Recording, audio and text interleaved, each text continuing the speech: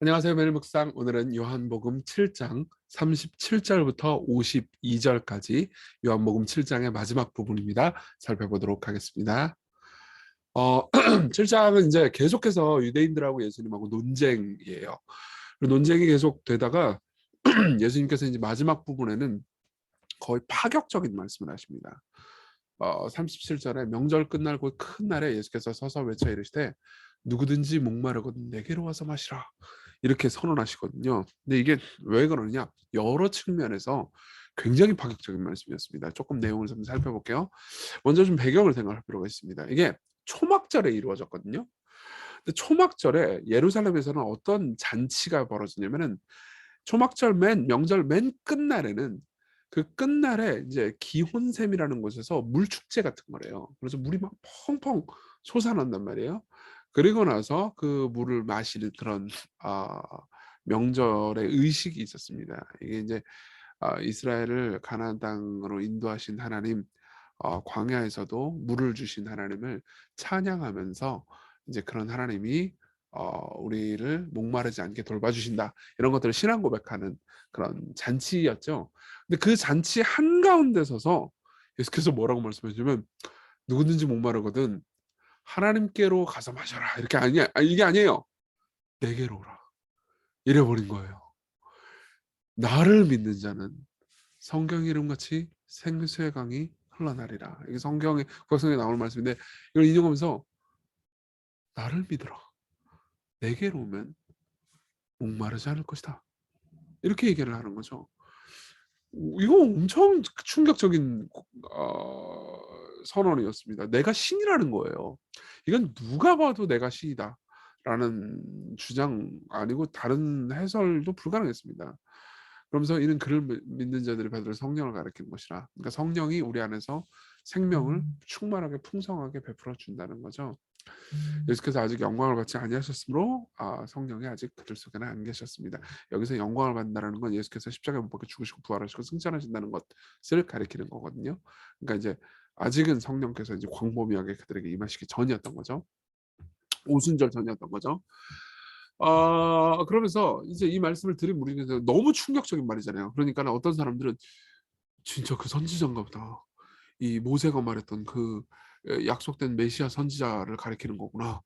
그리고 어떤 사람은 그리스도라고 하고, 어떤 사람들은 그리스도가 어찌 갈릴리에서 나오겠냐, 성경에 이르기를 그리스도는 다윗의 씨로 또 다윗이 살던 마을 베들레헴에서 나오리라 하지 아니했냐. 이거 미가서 5장 2절을 인용한 겁니다. 예, 베들레헴에서 나오리라 했어요.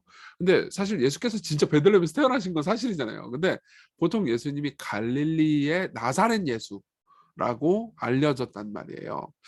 그러니까 베들레헴 출신이라는 걸 모르는 거죠. 그러니까 사실 그들의 눈이 가려진 것도 있습니다.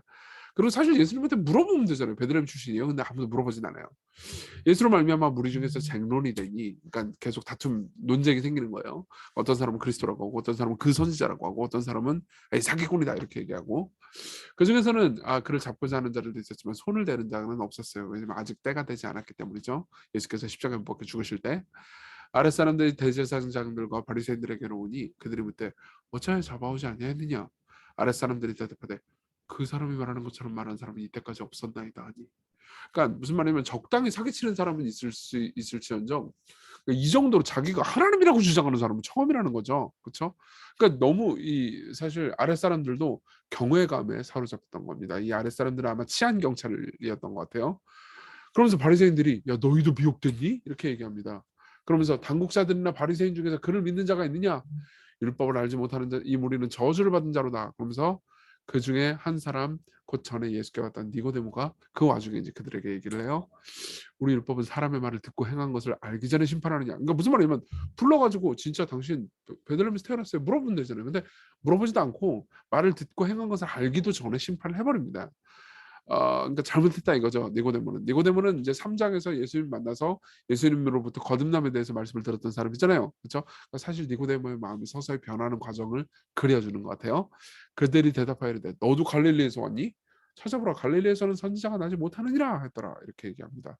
사실 예수님 베들레헴에서 났는데요. 그러면서 사실은 이제 이 사람들은 이 당시의 종교적인 엘리트들은 이놈들이 율법을 잘 모르는구나, 이렇게 이야기를 했던 거죠. 자, 여기서 이제 좀 내용을 좀 정리를 해서 하면서 우리가 적용을 해볼 필요가 있습니다. 첫 번째로는 생명을 얻는 조건이죠. 예수께서 뭐라고 말씀하세요? 누구든지 목마르거든 내게로 와서 마셔라. 누구든지 목마르거든. 생명을 얻는 조건은 뭐예요? 목마름이에요. 자, 이거를 이런 식으로 오해하면 안 됩니다. 목마르거든 내게로 와서 마셔라. 그러니까 이걸 오해할 수가 있습니다. 아, 맞아. 예수님께로 가려면 목말라야 돼. 내 죄에 대해서 깊이 깨달아야 돼. 내가 진짜 아무것도 아니고 너무 목마르다라는 것을 자각해야 돼. 내가 얼만큼 목마른지를 자각해야 예수께로 갈 수 있는 거야. 그러면 예수님의 말씀을 또 오해하는 겁니다. 예수께서 목마른 거든 그러면 아무 조건 없다 이런 의미예요. 이때마다 제가 떠올리는 예가 있는데요. 예전에 제가 이제 대학생 때, 대학교 4학년 때 이제 직장 취업하려고 원서 내고 그랬단 말이에요. 근데 그때는 종종 이제 원서 지원서가 이제 학교로 오곤 했어요. 지금 다 인터넷으로 하잖아요. 근데 그때는 이제 원서 직접 쓰기도 하고 그랬거든요. 그럼 취업실 가면은 이제 보통 이제 기업들의 채용 공고가 나오는데 그 채용 공고 중에서 조건이 있단 말이에요. 조건에 보면은 뭐 전공이 뭐 경영학과여야 된다, 뭐 컴퓨터 공학과여야 된다 이런 조건들이 있잖아요. 근데 거기 보면 이런 경우가 있습니다. 전공 불문. 무슨 말이죠? 전공 아무거나 상관없다 이거잖아요. 그렇죠? 근데 그거를 어떤 사람은 전공이 불어여야 하는구나, 프랑스어여야 하는구나, 나는 경영학과인데 안 되겠네 이렇게 생각하는 사람도 있었단 말이에요. 그럼 뭐죠? 바보잖아요. 그러니까 제대로 이해를 못한 거잖아요. 마찬가지예요. 누구든지 목마르거든 내게로 와서 마셔라. 그러면 조건과 자격의 목마름이라는 게 아니고 아무 조건과 자격이 없다는 거죠. 여러분, 도덕적인 사람은 자신의 공로를 내세웁니다. 이렇게 말을 해요. 하나님 앞에서. 하나님, 내가 죄를 짓긴 했지만 내가 선행도 많이 했잖아요. 그러니까는 나를 용서해 주세요. 이거는 사실 내 선행으로 하나님을 조종하려고 들은 거지 하나님께로 나아가는 건 아니죠. 그리스도께로 가는 건 아닙니다. 그렇지만 생수의 강을 진짜로 누리는 사람은 어떻게 하냐? 그리스도께로 갑니다. 주님, 내 죄도 당연히 죄지만 내 선행조차도 하나님 악합니다. 나를 용서해 주시고 받아주시고 내게 진정한 생명을 베풀어 주십시오. 이렇게 말한다는 거죠. 예수님을 믿을 때요, 우리는 성령이 충만해집니다. 믿음으로 성령이 충만해지는 거예요. 행함이 아니라 믿음으로. 그러니까 예를 들면 이런 얘기를 좀 해드릴게요. 많은 사람들은 구원은 믿음으로 받지. 그렇지만 성령 충만이나 성령은 믿음이 아니고 내 행위, 내가 거룩하게 살고 하나님 뜻대로 살고 그래야 성령께서 내 안에서 크게 역사하시고 일하시고 충만함을 주신다. 이렇게 오해를 합니다. 아니에요. 누구든지 나를 믿는 자마다 생수의 강이 흘러나온다고 했어요. 즉 성령이 그들 안에서 충만하게 역사하신다는 거죠. 여러분들이 이신칭이라는 말을 들어본 적 있죠? 예수 그리스도를 믿는 믿음만으로 의롭다함을 받는다. 근데 이신득영이라는 말도 있는 거 아세요? 예, 예수 그리스도를 믿는 믿음만으로 성령을 받는다는 거죠. 그렇죠? 우리 안에 있는 성령의 충만함도 역시 그리스도께로 나아가 그분을 신뢰하는 데서 발견할 수 있습니다. 두 번째로는 이 예수님이 어떤 분이냐? 생수이신 분이라는 거죠. 그분은 생명을 얻는 방법을 알려주러 오신 분이 아니고 생수 그 자체세요. 예. 너희들이 어떻게 하면 생수를 얻을 수 있다 이게 아니고 내게로 오라 이렇게 말씀하시는 분이죠.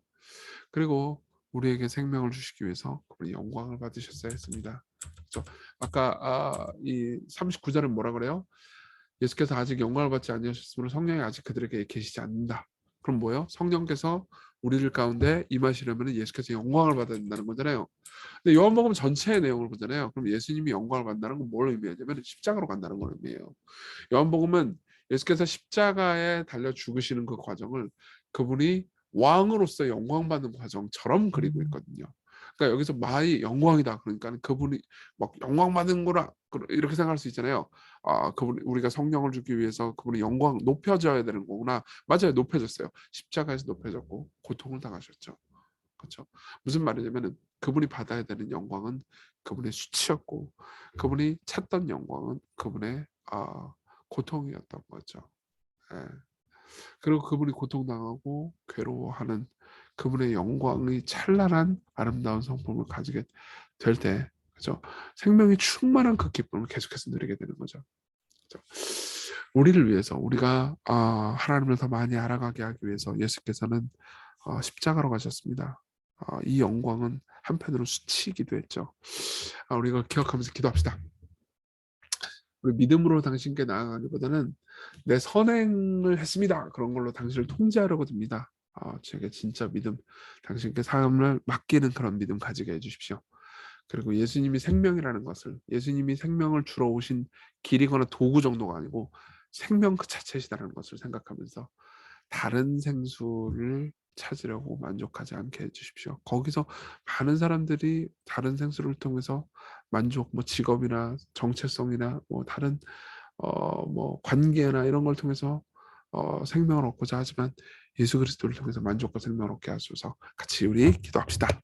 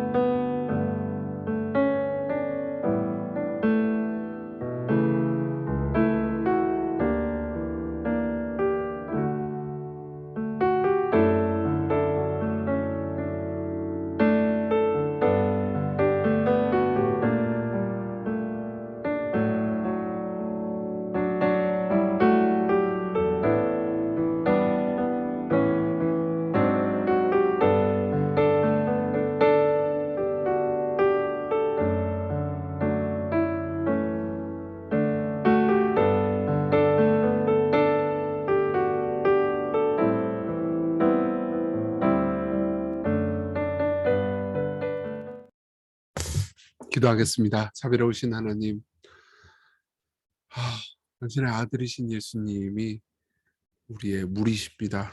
우리를 씻으시는 물이요, 우리를 채우시는 물이요, 우리를 변화시키시는 물입니다. 조건 없이 우리 오직 목마른 자들에게 그저 그냥 생수를 주시는 예수 그리스도의 사랑을 우리가 깨닫고 늘 우리가 다른 것이 아닌 예수님을 통해서 목마름을 채우게 해주십시오. 예수님 이름으로 기도했습니다. 아멘. 네, 오늘 하루 힘든 일이 있어도 그리스도 안에서 만족하는 하루 되셨으면 좋겠습니다.